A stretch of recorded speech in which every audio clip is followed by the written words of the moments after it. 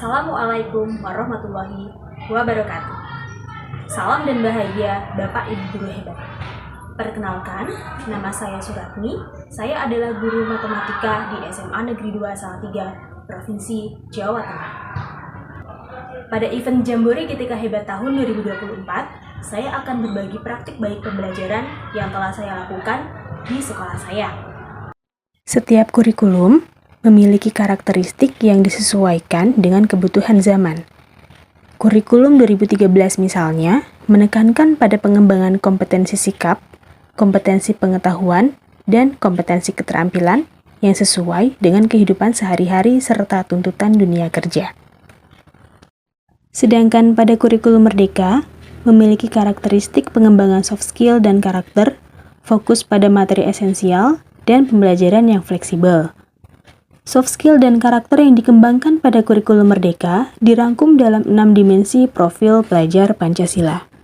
Satu dari 6 dimensi profil pelajar Pancasila tersebut adalah bernalar kritis.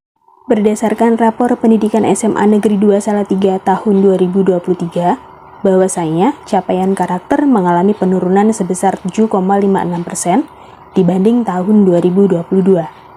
Capaian karakter yang dimaksud adalah pada 6 dimensi profil pelajar Pancasila, salah satunya bernalar kritis. Setelah istirahat kedua itu kok minat belajar sesuatu ya Pak, sehingga itu kemampuan berpikirnya itu jadi menurun juga.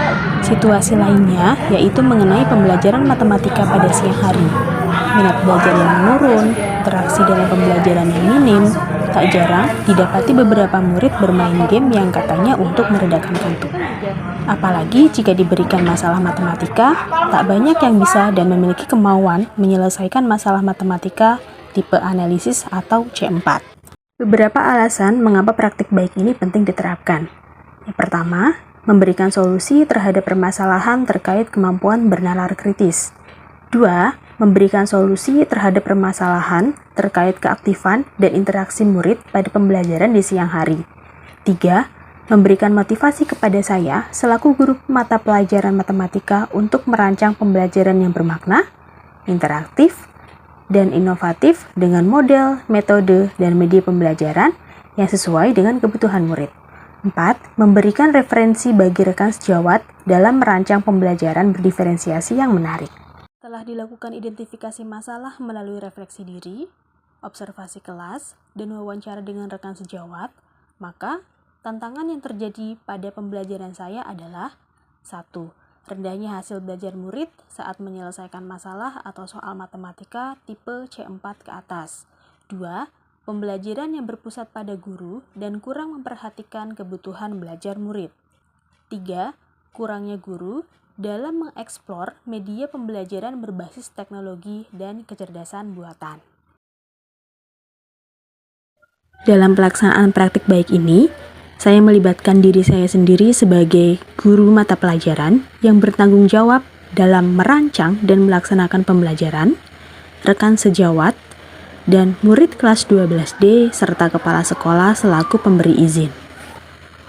Untuk menghadapi tantangan pada pembelajaran saya, maka setelah saya berdiskusi dengan guru senior dan rekan sejawat, saya lalu mencari inspirasi melalui berbagai sumber dan merancang pembelajaran yang interaktif serta inovatif sehingga dapat memenuhi kebutuhan belajar murid. Assalamualaikum warahmatullahi wabarakatuh. Waalaikumsalam warahmatullahi wabarakatuh. Selamat siang anak-anak. Siang. Hari ini. Alhamdulillah. Sehat ya. Hari ini adakah yang tidak hadir?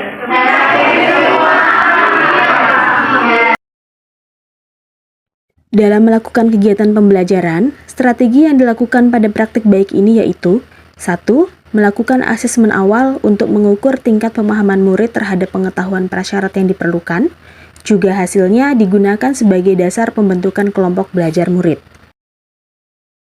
Soal asesmen awal terdapat pada Sikiat yang dapat diakses oleh murid melalui smartphone masing-masing. Selanjutnya, saya menjelaskan tahapan kegiatan pembelajaran yang dilaksanakan. Pembelajaran berdiferensiasi yang dilakukan meliputi diferensiasi proses berdasarkan minat murid dalam memahami ragam materi pembelajaran dan diferensiasi konten berdasarkan ragam sumber belajar yang disediakan. Pada pembelajaran matematika, kelas 12D ini sedang membahas masalah kontekstual mengenai ekstrem fungsi.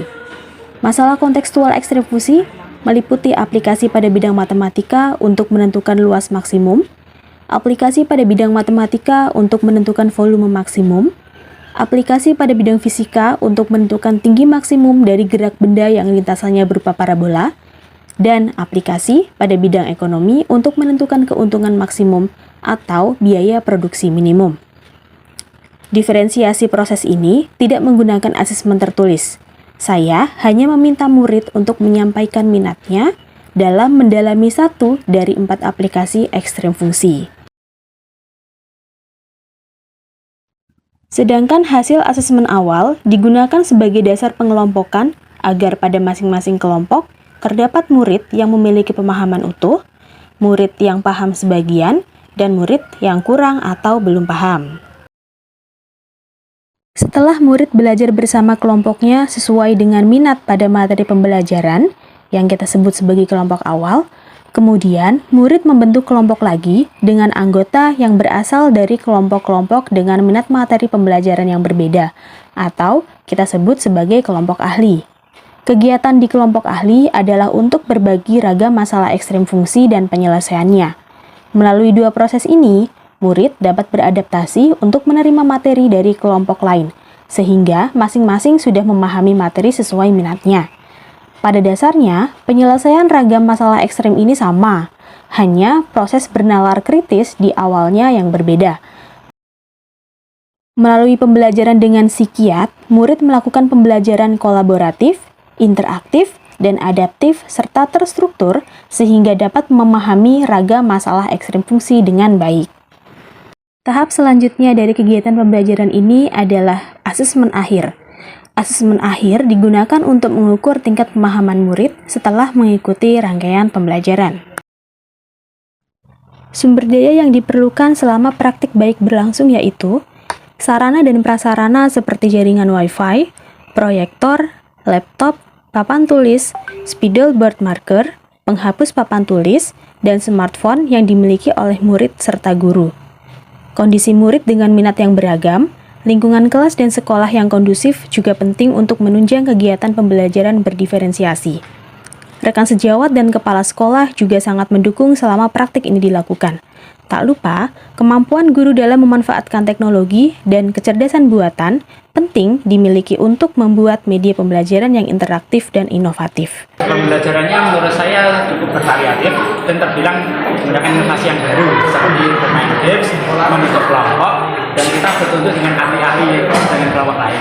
Pembelajaran kolaboratif itu sangat membantu siswa untuk memahami karena tidak hanya guru yang menjelaskan, tetapi juga sesama teman. Jadi lebih mudah untuk. Psikiat adalah aplikasi pembelajaran yang di dalamnya memuat kegiatan yang kolaboratif, interaktif, adaptif, dan terstruktur. Dampak dari pelaksanaan praktik baik ini terlihat pada antusias murid dalam mengikuti rangkaian pembelajaran. Setiap anggota dalam kelompok berkolaborasi untuk menyelesaikan masalah matematika yang dipilih. Interaksi juga terjadi antara guru dan murid serta antar murid dalam kelompok maupun berbeda kelompok.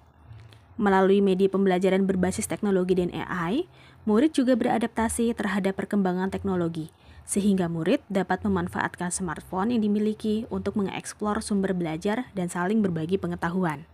Berdasarkan asesmen akhir, sebanyak 29 dari 36 murid atau sebesar 80,5% murid memiliki pemahaman yang baik terhadap materi yang dipelajari, khususnya pada soal dengan kategori C4.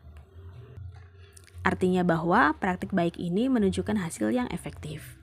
Rapor pendidikan tahun 2024 juga menunjukkan rata-rata kenaikan indikator karakter pada dimensi profil pelajar Pancasila sebesar 4,47%. Demikianlah praktik baik yang saya lakukan. Semoga dengan praktik baik ini dapat memberikan inspirasi bagi rekan sejawat dan dapat memberikan manfaat bagi pendidikan di Indonesia pada umumnya maupun bagi sekolah pada khususnya.